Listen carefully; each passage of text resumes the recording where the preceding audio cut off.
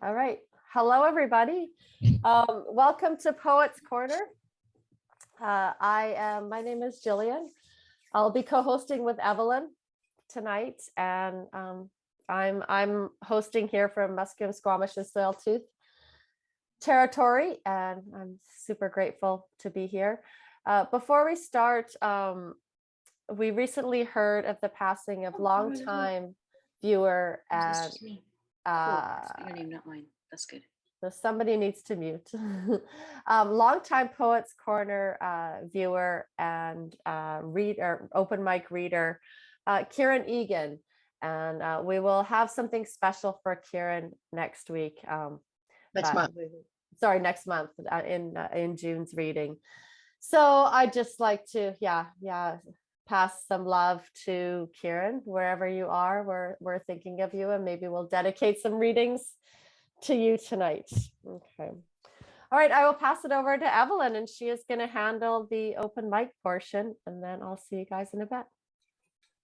Okay, so before we get started, so far I've got 3 people on the list. I've got Herb Bryce, Nefertiti Morrison, and Peter Marcus. So before we get started, anybody else want to read something for the open mic? No? That's it? Okay, then I will turn it over to Herb. Oh, my goodness. I wasn't expecting that. I have 2 poems here. I tested them out. They came under 3 minutes. What the world needs more of.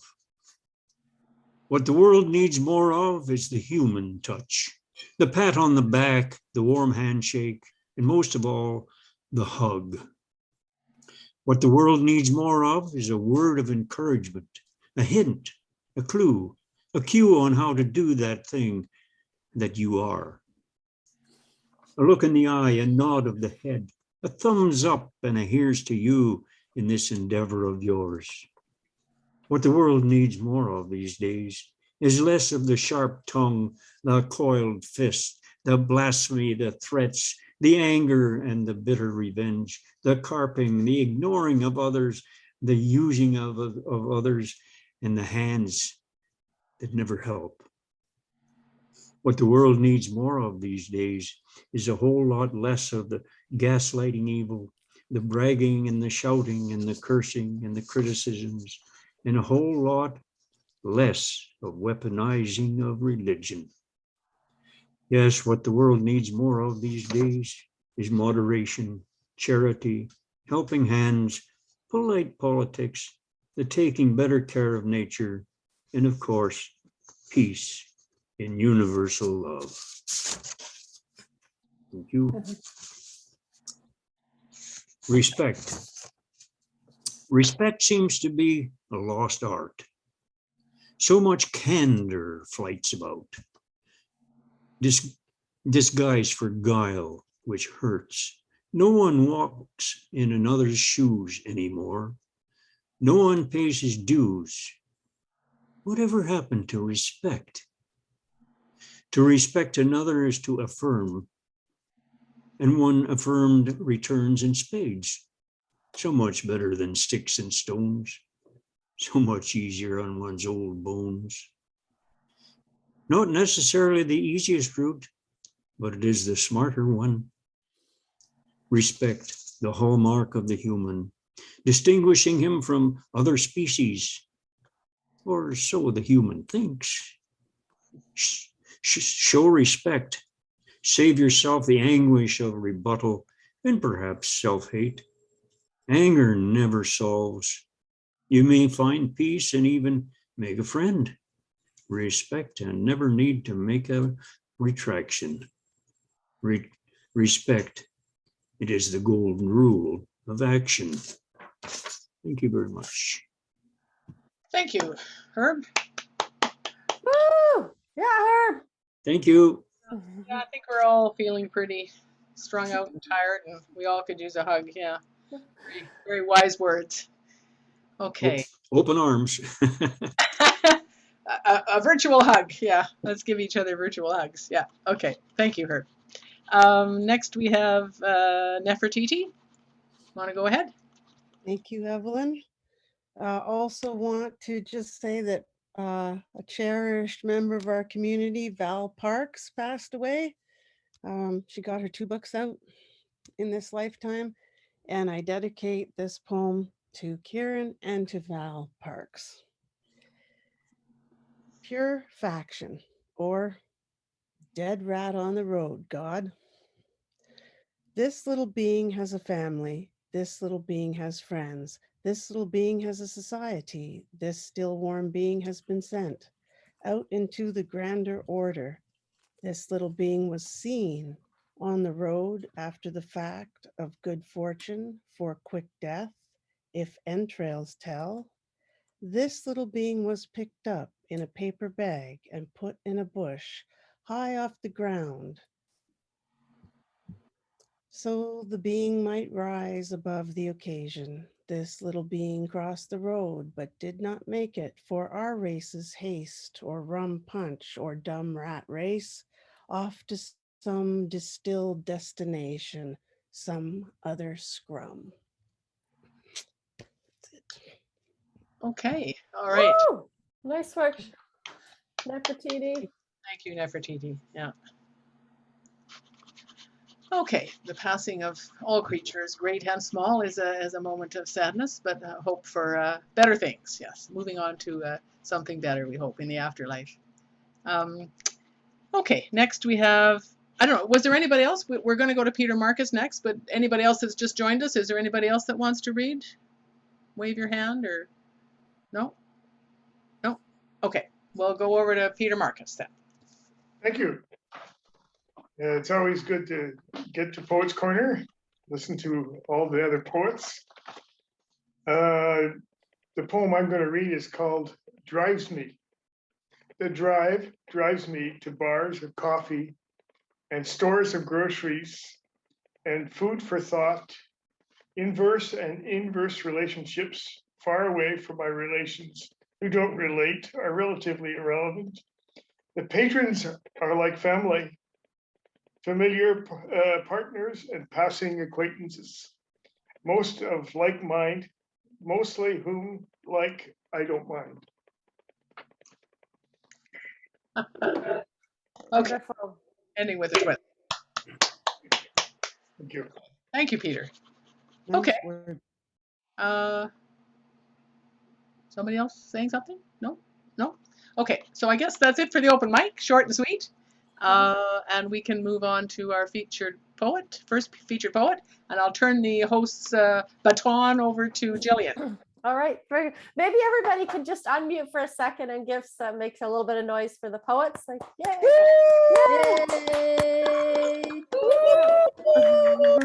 Yay! Hey, All right, the rocks. all right, thank you. thank you. Poetry, more fun than hockey anytime. Okay, so I'm just going to share my screen here and show you a picture of Natalie and Jude. So first up, we have Natalie Lim. Natalie is a Chinese-Canadian poet living on the unceded traditional territories of the Musqueam, Squamish, and Tsleil-Waututh people. She is the winner of the 2018 CBC Poetry Prize and Room Magazine's 2020 Emerging Writer Award. With work published in Art Poetry Magazine, Best Canadian Poetry 2020, and elsewhere. Her debut poetry chapbook, Arrhythmia, is now available from Rahila's Ghost Press. Welcome, Natalie. Woohoo! Thank you so much. Hi, everyone. It's lovely to be here. Thank you for skipping hockey to join us tonight. I didn't even know hockey was happening. I'm very unplugged from that world, but Puck stops here. Yeah, like it said in my bio, I recently had a chapbook come out from Rahila's Ghost Press. This is Arrhythmia. This is my little pandemic baby. I'm super proud of it and excited to be sharing some poetry from this book tonight. And when I talk about this chapbook, I like to talk about it as a book that is for and about the people I love. But it's also a pandemic book. A lot of the poems, if not written in the pandemic, were sort of written around it, and the book came out during it. So we're on Zoom today. It's the medium, and I thought I'd share a couple of pandemic poems and hopefully also some happier ones.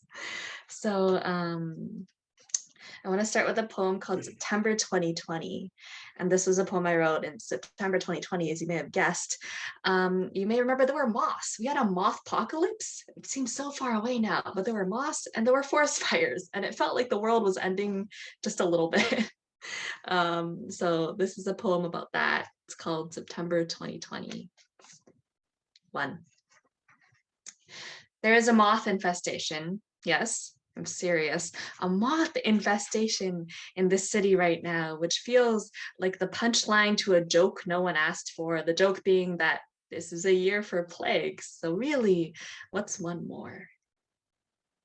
Thousands of Western hemlock looper moths crowd windows and street lamps, a silver shimmer against hazy skies. I wonder if moths can smell smoke. 2. The shortest summer of my life is over, and I think about the trees being eaten by thousands of moths as we speak. Trees which are, as we speak, burning in Oregon, California, Washington. When a tree falls in a forest on fire, we hear it hit the ground. When a man risks his life to fight a fire, he is called a hero and paid $3 a day. And once the fire is out, he is called back, renamed convict, criminal, returned to an overcrowded cell to await the next disaster. 3. Outside my window, moths flash silver in the shadows. I wish them south. The whole storm of them, thousands of tiny history makers hurtling by instinct toward the brightest flame, like ash falling over Oregon, California, Washington. They flap in tandem until the smoke clears. And the men rise, rubbing their eyes, blinking into the open blue air, rolling their shoulders as they retreat over the charred soil. And if one of them falls, the others come running. And if one of them falls, we still call him by name. 4. The longest winter of my life begins, and I think about a city on fire.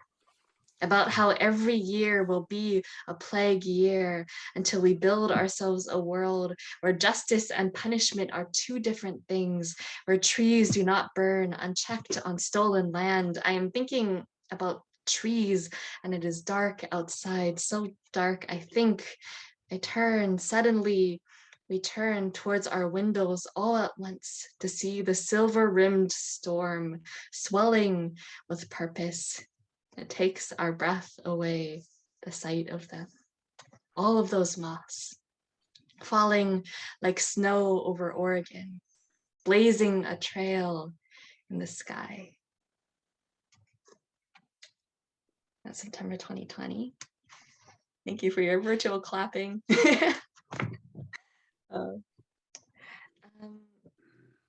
So as many of you might have experienced, I had trouble writing during the pandemic.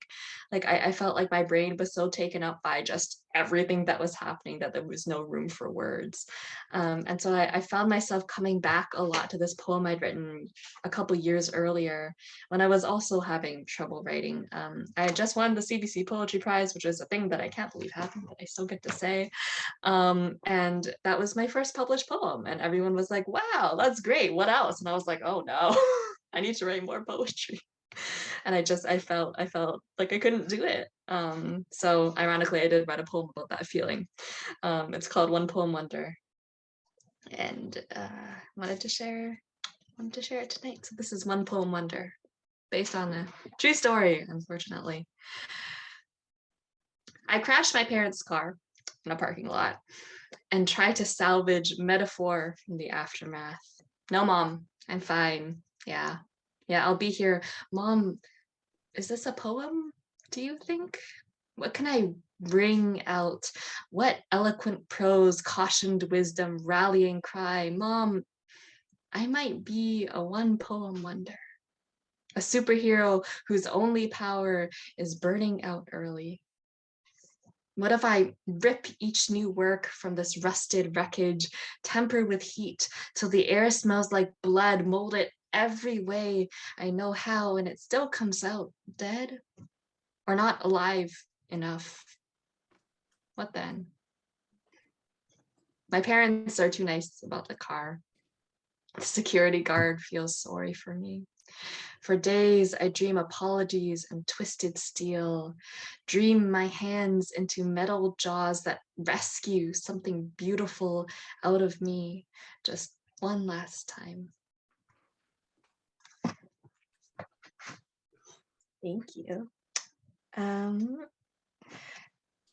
think another thing we might have all sort of collectively experienced during COVID was being cooped up in a house with one or two other people and slowly losing our minds.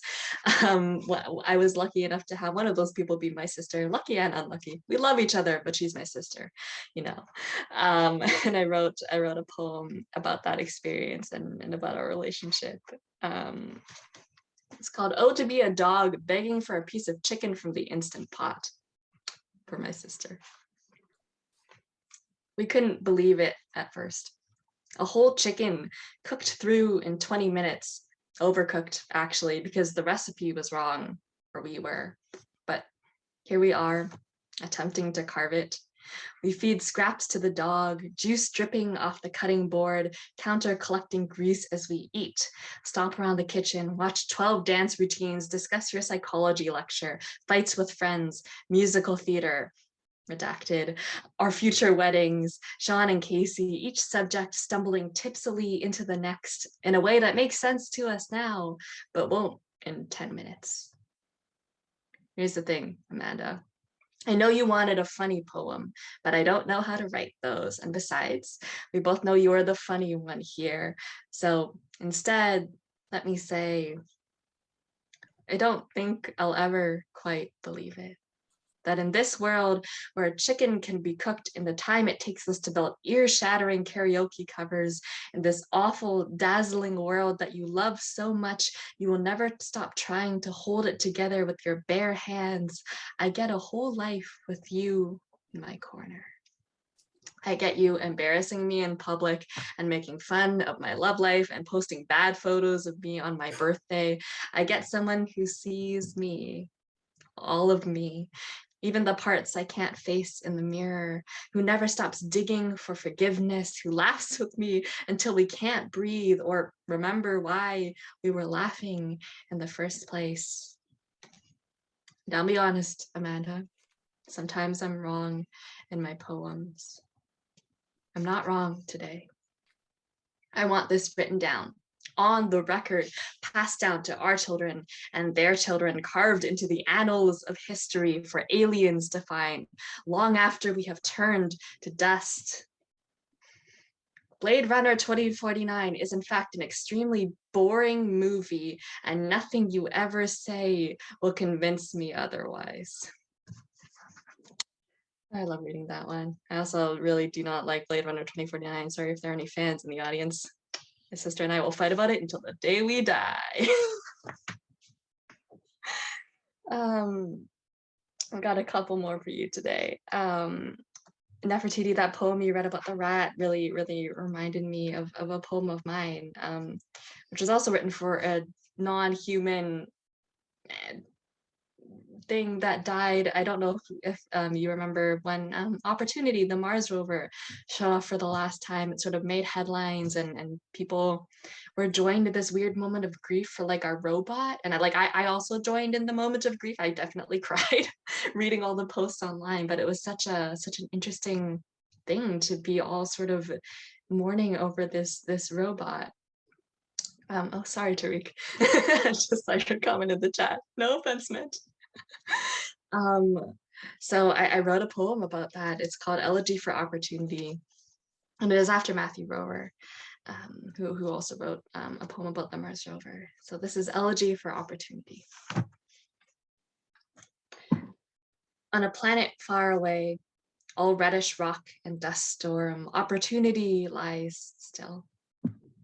This robot who just turned 15, who never knew what a birthday was, who will never understand that there are people on Earth grieving her cold metal frame. There's something so cruel, so human about mourning a being reprogrammed and exiled to space with no means of returning. We knew she would die one day, alone in a rested sea, but we are tender even in our cruelty, so we grieve. We write poems in her name. Our last message to her was a song. Did you know that? A song. There's nothing lonelier than the little Mars rover, no longer chirping back to base about Earth and rocks and maybe life. Nothing lonelier than us, creating things we will sing to sleep one day. Nothing lonelier than thinking of that robot, sitting still and silent now on the shores of a planet we promised she could call home.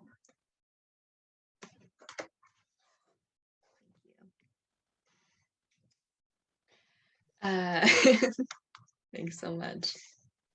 I've got two more for you.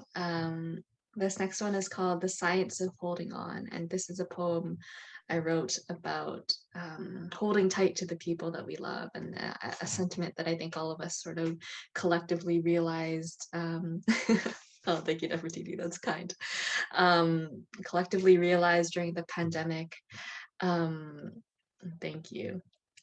And sort of this poem was written pre-pandemic, but it really sort of strikes a chord with me now, and it came out of me just not understanding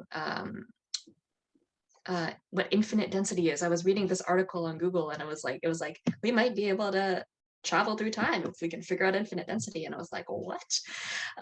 So this poem came out of that, and about just being very grateful for the people in my life. It's called The Science of Holding On. Newsweek tells me that time travel might be possible if we can first locate an object with infinite density. I Googled infinite density and learned how the laws of physics refuse to comply in certain places, like black holes, old memories. Could something like that live here? See the astronauts towing it home on a string, their padded hands placing it gently on a pedestal. We might go to look at it on a Friday night, pay an entrance fee to watch scientists make history obsolete as they shout over the mechanical drone of their progress. We've done it, they'd say, faces beaming through bulletproof glass. And now we will see the future. The next morning, my local paper will report the most impressive scientific breakthrough of the 21st century. I will flip past to the weather as I reach for a cup of coffee, reach again to hang a weight on my hands, anything to slow the ticking. Keep the nectarines unripe, uneaten, not soft enough yet to bruise. I am selfish, see? Everyone I love is now. I text, pray, hug, call, check the clock to make sure still here, still here, still here. Thank you. Thanks so much, everyone. You're very kind. I've got one more tonight. And this is a poem that I wrote when my dog Luna was 6 months old. I wish we were in person, because at in-person readings, I will read this poem and then everyone will want to see photos of my dog, and I get to show photos of my dog to people, which is my favorite thing in the world. Haven't quite figured out a way to replicate that on Zoom, but this poem was written for my dog Luna at 6 months old, and is after a good friend of mine, Isabella Wang. She has this beautiful poem called Late. Oh, I love that we have Isabella fans in the room.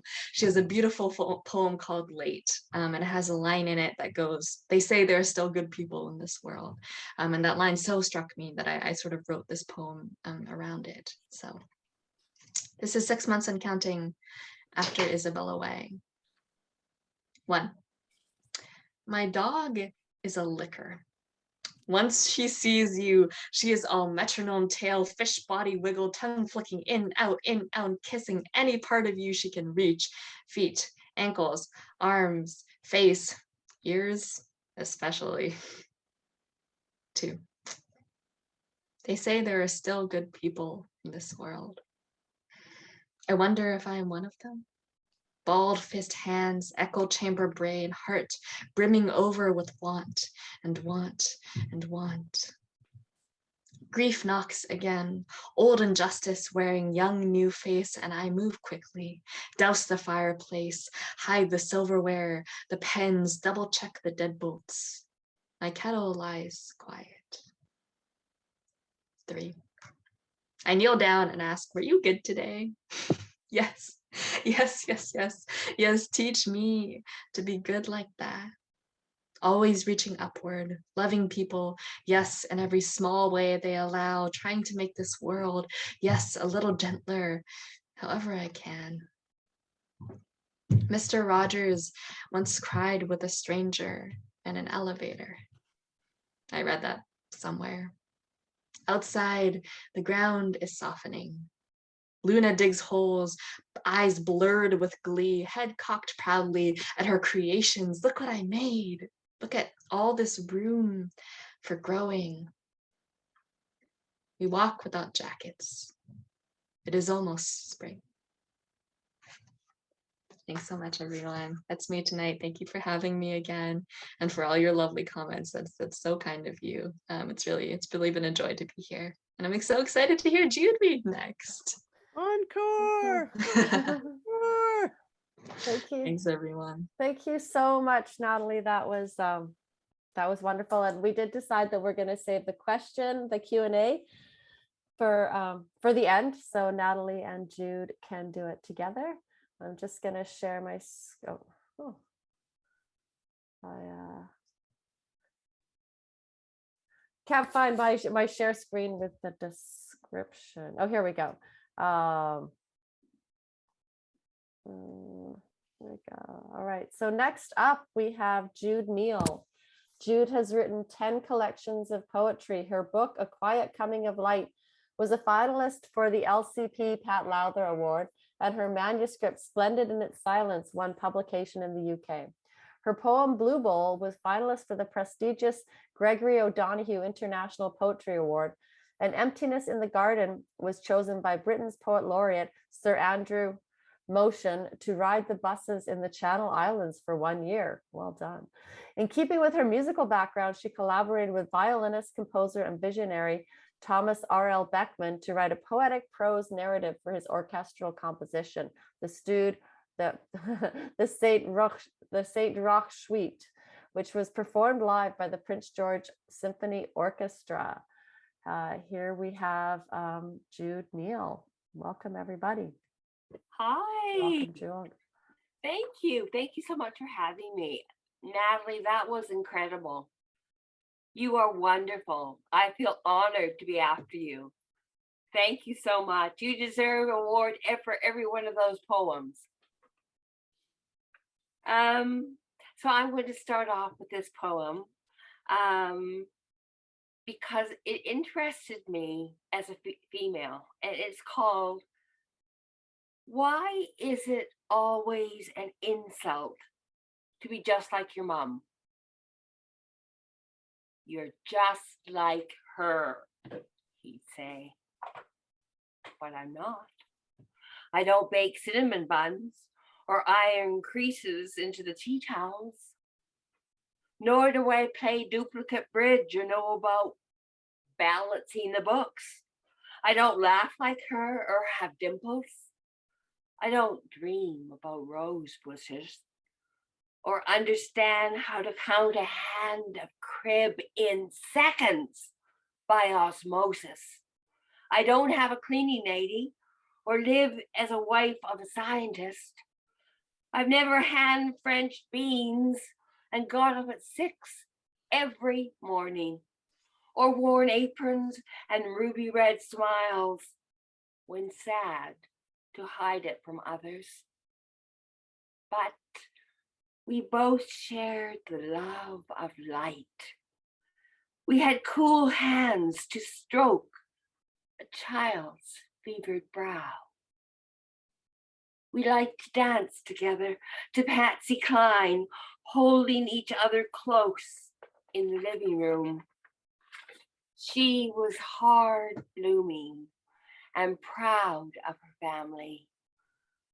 She loved with obsession the same man as me.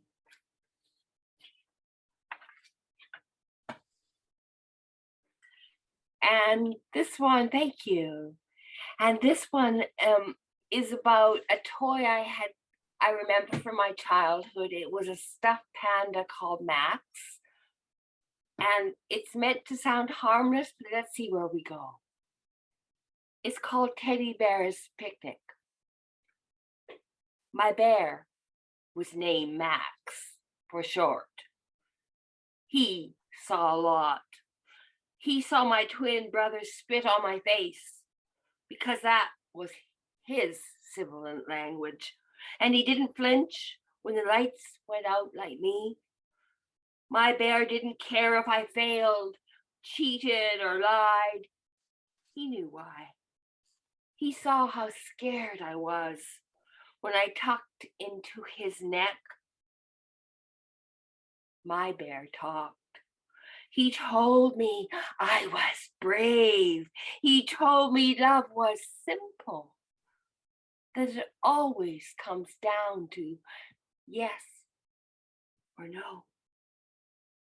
My bear forgave me when I remained silent, showed me how to become invisible and leave no mark.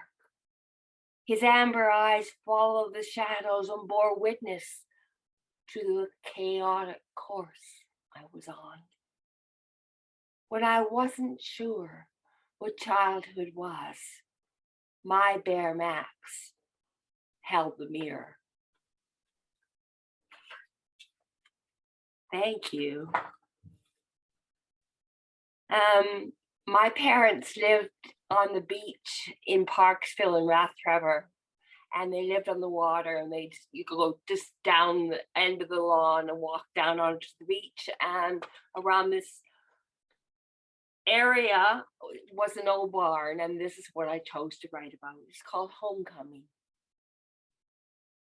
When I was a young girl, the old barn stood surrounded by last century's gnarled and frail cherry trees. The skiff of white blossoms floated over the meadow and into the barn's unhinged door to land on the earthen floor. The swallows in the beam sang out a call of warning. My voice echoed round the still emptiness where cows had once eaten hay and stood blank-eyed and calm in their stalls.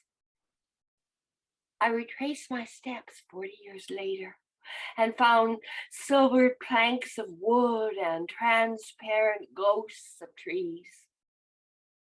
The footprint of the barn lay bared, swept clean by wind and rain.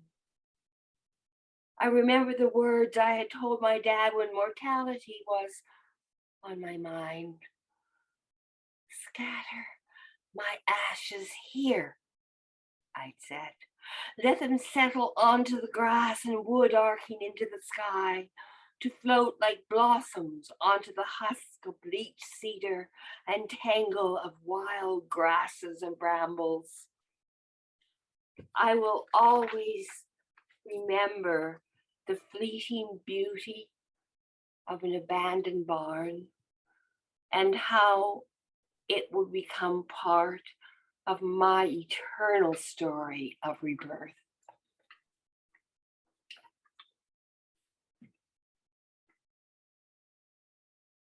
What is left behind? It matters that your grandfather is dead. You couldn't dream of Sky without him. He taught you to ride a bike in front of his house as puffed up as an old cock. You both were framed in the picture window, bent over to look at a ladybug climbing up a perfect white rose. You excitedly pointed to your small finger at this joyous punctuation in all our days. Him on his knees in the dirt helped you count all 7 of its little black spots. Or the buttery clams he taught you to harvest at 4. He showed you the rainbows that were hidden inside abalone shells, layers of beauty when held in the light. Your grandfather named the stars for you, showed you Cassiopeia through his big black binoculars. You have never let go of the infinite possibilities you glimpsed with him that August night when you were small and wise.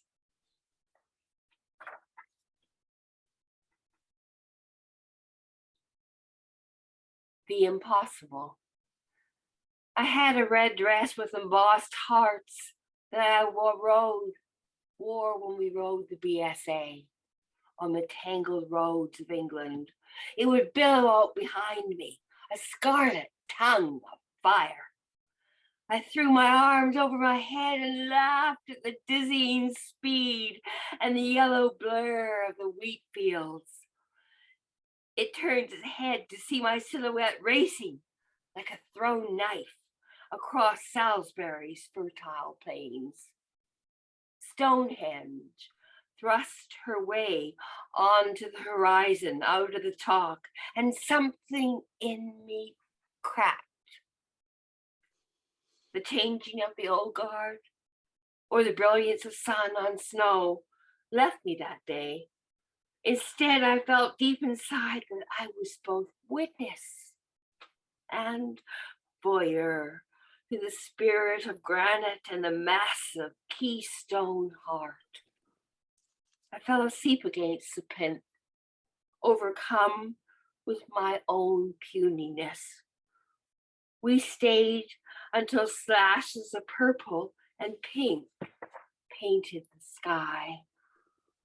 I'll never forget the moment when the world stopped and I became part of all history, calling out millennia and the ancient birth of the impossible. How am I doing for time? The inheritance. My mom was afraid to be seen as someone who stood apart. Yet her red lipstick and flip of her hair covered her vulnerable sadness. Yet her mother pushed her forward to shine, to astonish, to atone for her beauty, which she claimed as her own. Was there a time when my mom didn't follow the severe expectations of her Irish Protestant matriarch? Did she dance naked in her bedroom, alone to the tunes of the day, and hold herself around the waist in front of the mirror, glimpsing what others never knew? She was a minor, hiding in the cellar. Dad was the first man she had ever dated. He called her smart and funny, beautiful. Said her lips were like roses, but her inheritance from her mother of doubt and self-loathing plugged her ears. Grandma sucked at the marrow of disappointment and dire predictions until Mom felt lesser than. A disappointment. She was always the 12-year-old in the kitchen, told to hold yourself back. Freedom was a locked door. Love was a clean hanky. And fortune was 6 kids and afternoon bridge. She died 3 years ago, still believing she lacked greatness and never knowing that she stunned the world with her empathy that only the damaged and broken could see.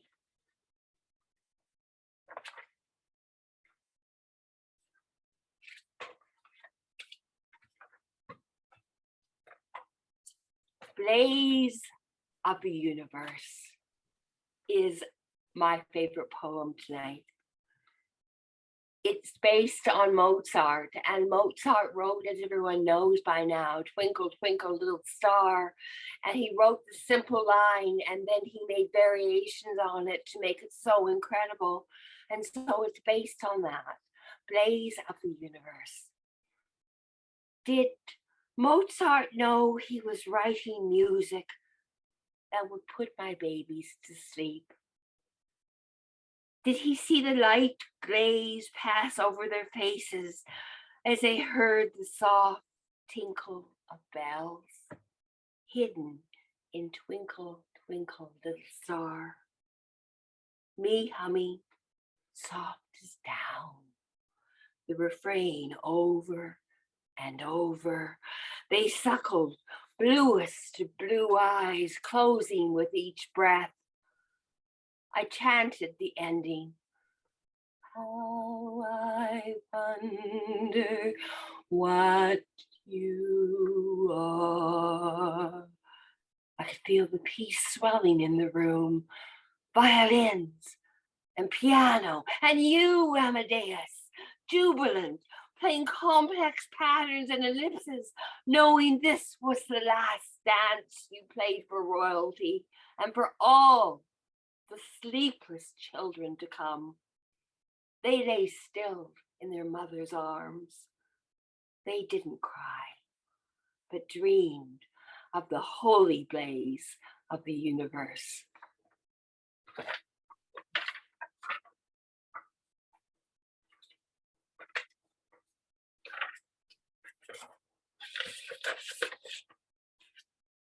My friends, and this is based on Dick and Jane, because Dick and Jane was taught as a reading program to 85% of the North American population between 1950 and 1960, and it presented the world of Dick and Jane. So it is called My Friends.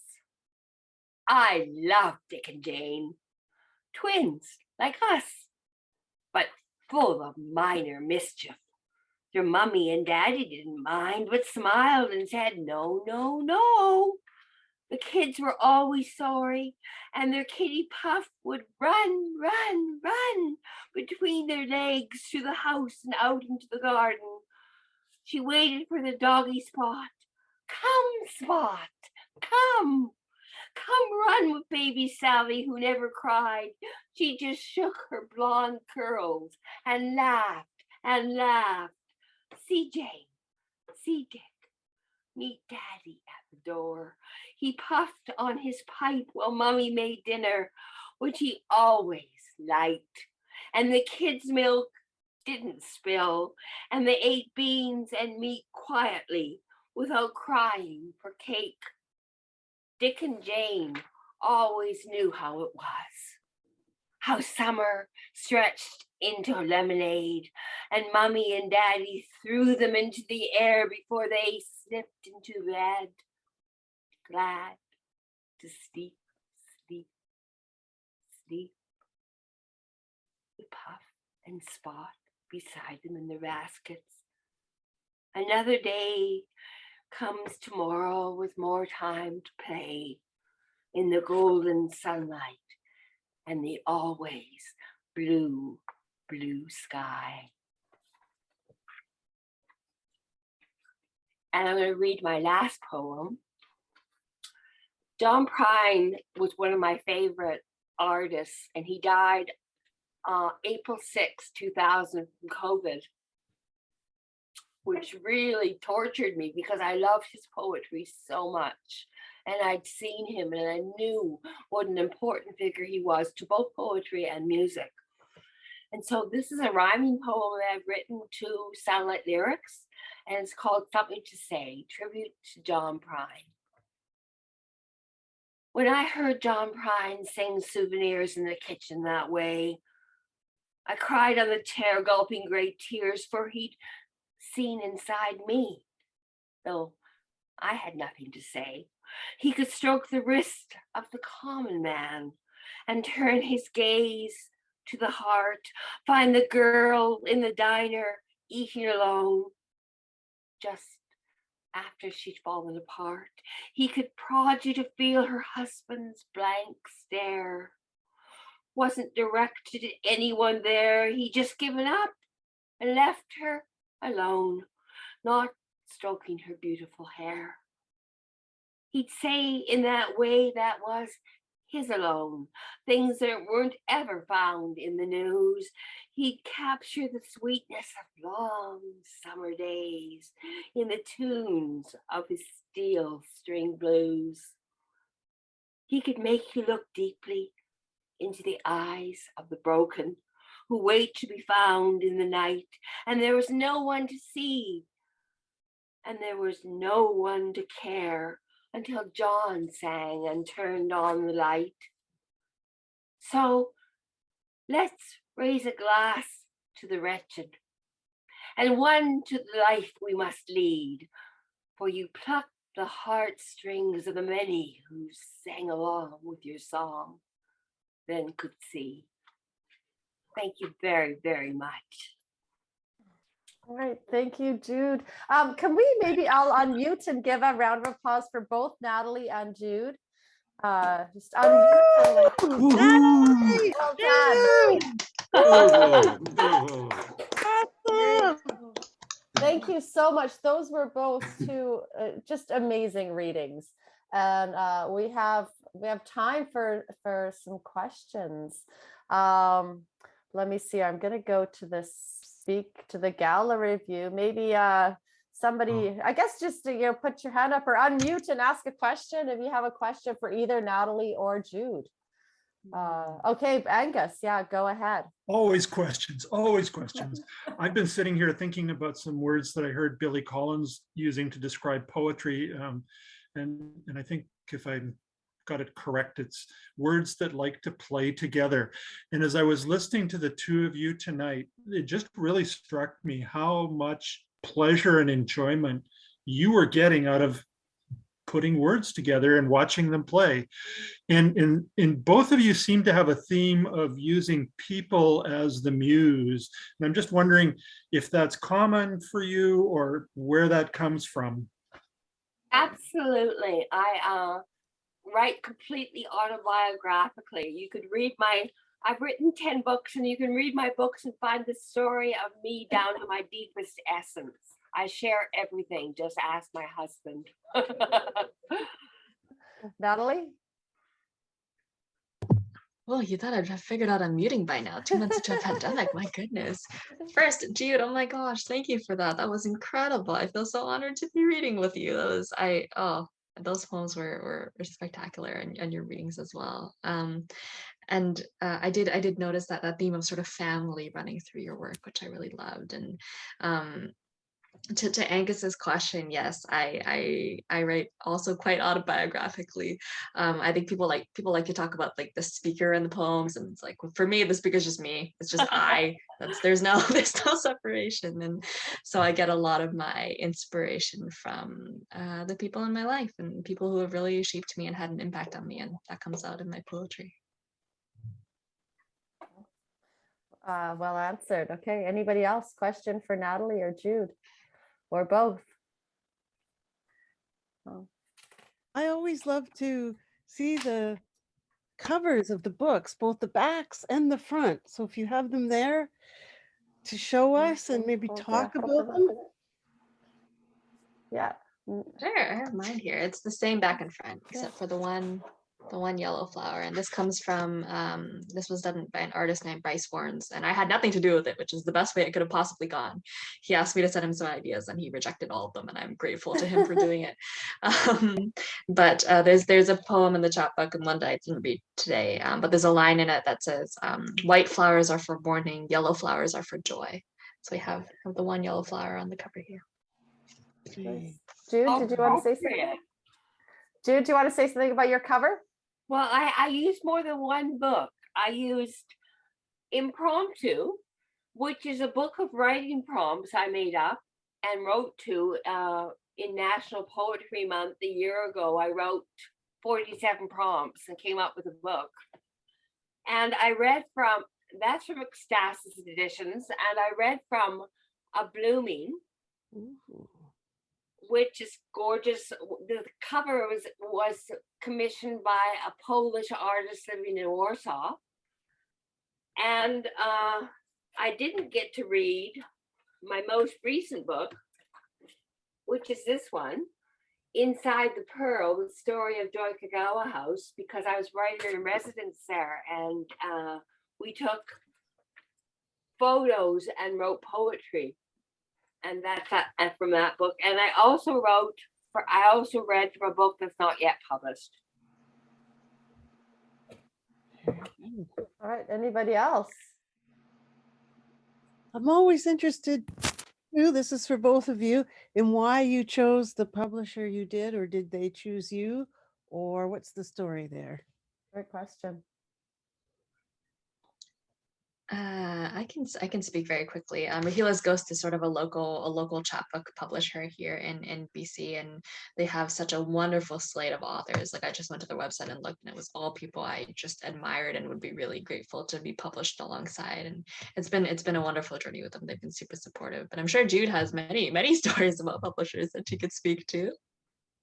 Well, the last 5 books have been with Ecstasis Editions, and I sent a manuscript off to them, and they said, "Oh yes," and they've been publishing me. They published 5 books, and then my last book this year, I published with Guernica Editions, which was a wonderful event too for me. And before that, I had Leaf Press with Ursula Vira, and that was amazing too. So I've just been really lucky. I send off my work, and it gets published. Well done. Anybody else? Any questions? I have a question for Natalie.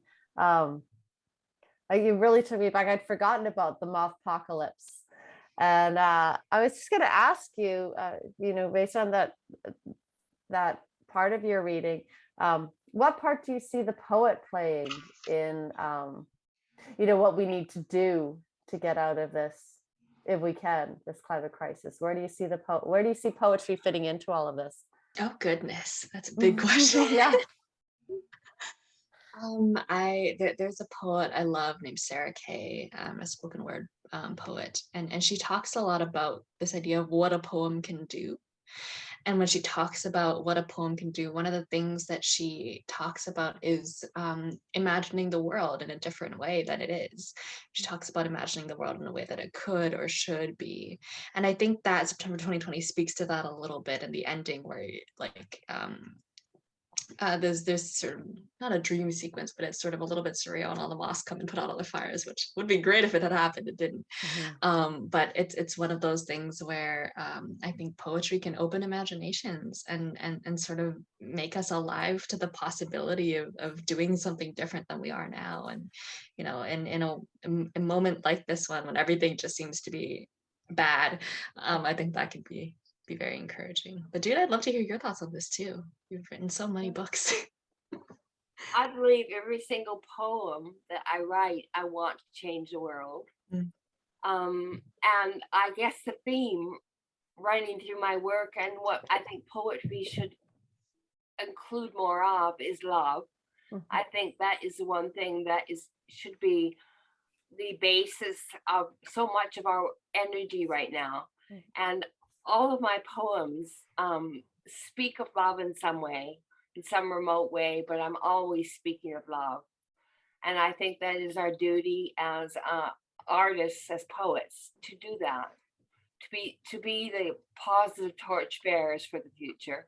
Yeah, and I think you got into that a little bit when you were in your poem about John Prime, where you said he could stroke the wrist of the common man. Yeah. That this ability of artists to reach people, and I think poetry, is a huge a really useful tool in that, making those connections. Yeah. Does anybody else have any more questions or comments? Nefertiti. I'm always thrilled, to hear critter poems and including stuffed critters. And I'd like to know if there's a series for Luna in the works and a series for Max, maybe. You want to go first, Natalie? Sure, it's a short and disappointing answer. I'm sorry. There's just the one poem about Luna, although perhaps there will be more in the future. And I have written from various aspects. This poem, as you know, deals with abuse, and I've dealt with many aspects, and this is the first time Max has come into play. So I don't know if I'll be using Max again either, Natalie. You're gonna have to write your own. That's what's gonna have to happen. I think so. Thank you. Well, that's it. Any more questions?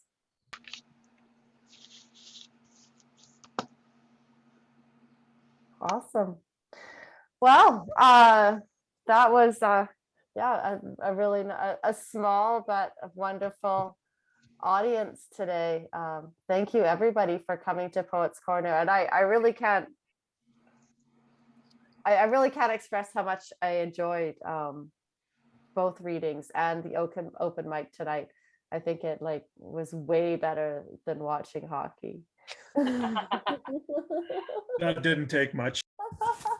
No, it'll, yeah. So thank you so much. And I wish Natalie and Jude, I wish you many more poems, published poems, and our open micers. Thank you so much for coming, and thank you so much for saving your work. Yeah, Nefertiti, yeah. Just wanted to quickly mention that Herb. Oh yes, Bryce read. Yeah. Do you want to read that or? Yeah. Herb, do you want to read it? Do you want to go in there and read that for us?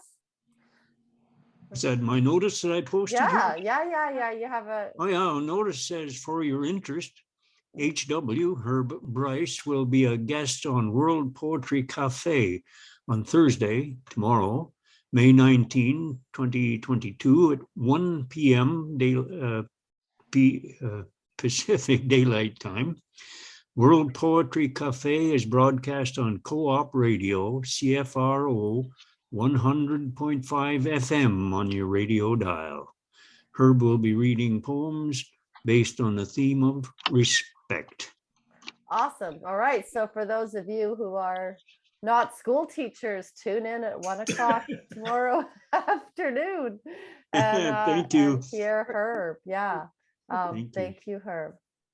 Okay, awesome. Maybe we could just all unmute and give one more big. Are we going to mention what's happening? Oh, yes, I'm sorry. Evelyn is going to tell us what is up in June. June, yeah.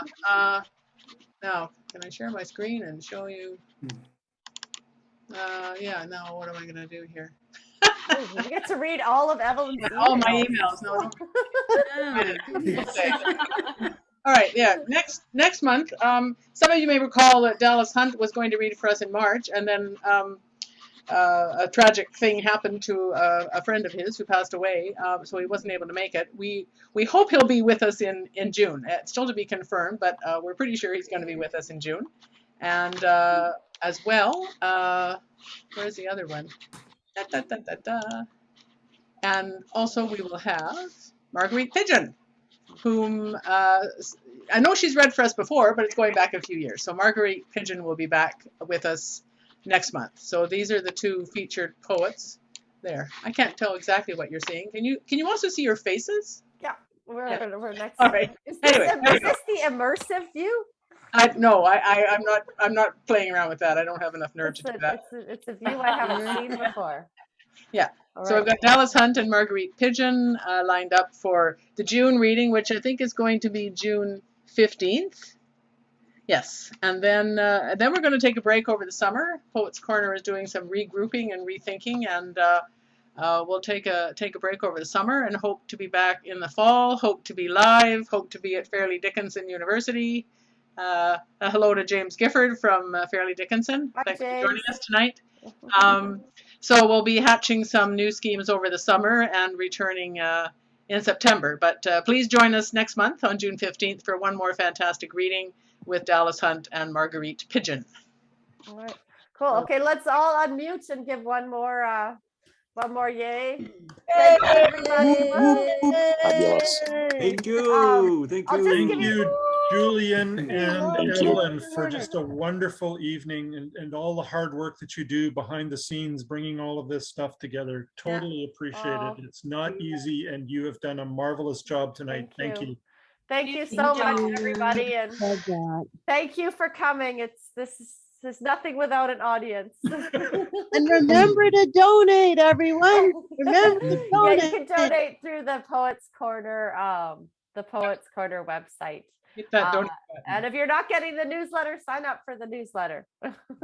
Sorry, Okay. one more thing from me, Oh, yeah, go folks. for it, yeah. We were talking about presses, and I realized that my press would find me and have a word with me if I didn't actually share the link to the chapbook. So Oh, I am yes. posting it in Yes. the chat. Please put any links of how they can buy your stuff in the chat. And don't want some angry emails I'll tonight. leave So it for there you go. I'll leave it for a second so anybody can take snapshots of any comments about their poems, or get the link to Natalie's book. Get all the information. That doesn't come through when I do the recording, so maybe the chat is not forever.